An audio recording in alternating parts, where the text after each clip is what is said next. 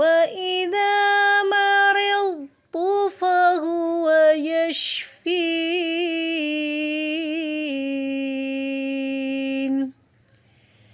السلام علیکم ورحمۃ اللہ وبرکاتہ۔ رسول اللہ صلی اللہ علیہ وسلم نے فرمایا، ہر آدمی کی انتہائی بابرکت اور اس کی انتہائی منحوس چیز اس کی زبان ہے، یعنی انسان کی نحوست کا تعلق اس کی زبان کے ساتھ ہے کہ منہ سے کیا بولتا ہے۔ پھر اسی طرح یہ کہ بیماری میں بھی اچھی بات کرنی چاہیے، کیونکہ اچھی بات کے جسم پر اچھے اثرات ہوتے ہیں اور بری باتوں کے برے اثرات ہوتے ہیں۔ رسول اللہ صلی اللہ علیہ وسلم نے فرمایا کہ اللہ تعالیٰ فرماتا ہے، حدیث قدسی ہے، جب میں اپنے مومن بندے کو آزماتا ہوں اور وہ تیمارداری کرنے والوں کے سامنے میرا شکوہ نہیں کرتا تو میں اسے اپنی قید سے آزاد کر دیتا ہوں، یعنی اس کو شفا عطا کر دیتا ہوں۔ پھر اس کے پہلے گوشت کے عوض بہترین گوشت عطا کرتا ہوں اور اس کے پہلے خون کے بدلے بہترین خون عطا کرتا ہوں۔ پھر وہ اثر نو عمل کرتا ہے، یعنی دوبارہ پھر وہی کام یا اچھے کام کرنے کے قابل ہو جاتا ہے۔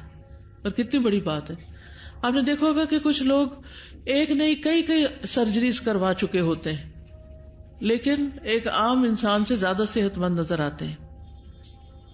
پازیٹیو تھنکنگ ہے نا جو ان کو ابھارے رکھتی ہے کہ میں اور اچھا کام کروں اور زیادہ کام کروں، مزید کچھ کروں۔ اسی طرح بیماری میں اللہ کی حمد بیان کرنی چاہیے۔ رسول اللہ صلی اللہ علیہ وسلم نے فرمایا، جب بندہ بیمار ہوتا ہے تو اللہ تعالیٰ اس کی طرف 2 فرشتے بھیجتا ہے اور فرماتا ہے کہ دیکھتے رہو، اسے واچ کرو، وہ ان لوگوں سے کیا کہتا ہے جو اس کی بیمار پرسی کرنے آتے ہیں۔ اگر وہ ان کے سامنے اللہ کی حمد و ثنا کرتا ہے تو دونوں فرشتے اس حمد و ثنا کو اوپر اللہ عز و جل کی طرف لے کر چڑھ جاتے ہیں، حالانکہ وہ خود اسے خوب جانتا ہے۔ تو وہ فرماتا ہے، میرے بندے کا مجھ پر حق ہے، اگر میں اسے فوت کر دوں تو اس کو جنت میں داخل کروں گا، اور اگر میں اسے شفا عطا کروں تو اسے اس کے پہلے گوشت سے بہتر گوشت اور پہلے خون سے اچھا خون عطا کروں گا، اور میں اس کی برائیوں کو دور کر دوں گا، یعنی بیماری کفارہ بن جائے گی۔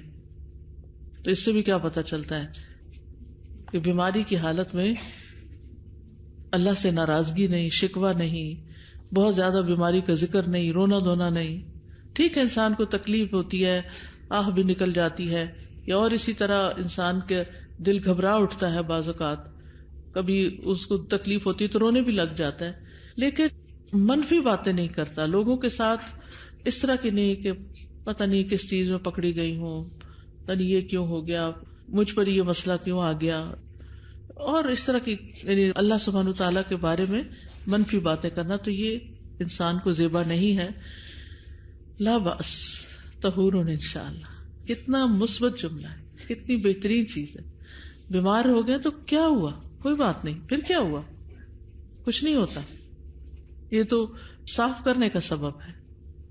یعنی انسان کے جسم کے اندر کئی قسم کے مادے جمع ہوتے ہیں، جب بیماری آتی ہے تو وہ مادے باہر آ جاتے ہیں، کبھی کسی کو اسکن ڈیزیز ہو جاتی ہے، یہ سب کچھ اندر سے باہر نکلنا شروع ہو گیا۔ کبھی ایسا ہوتا ہے کہ انسان اپنے گناہوں کو یاد کرنے لگتا ہے، تو فزیکلی اور اسپرچولی دونوں طرح سے اس کو فائدہ ہوتا ہے۔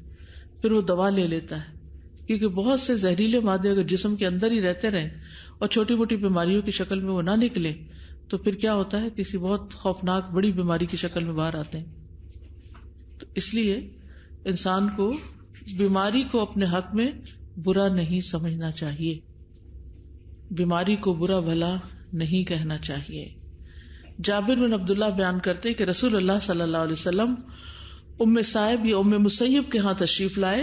آپ نے فرمایا، اے ام صائب، تمہیں کیا ہوا کہ تم کانپ رہی ہو؟ اس نے عرض کیا، بخار ہے، اللہ اس میں برکت نہ دے۔ تو آپ نے فرمایا، بخار کو برا نہ کہو، کیونکہ بخار بنی آدم کے گناہوں کو اس طرح دور کر دیتا ہے جس طرح بھٹی لوہے کے میل کچیل کو دور کر دیتی ہے۔ بیماریوں کو برا بھلا نہیں بولو۔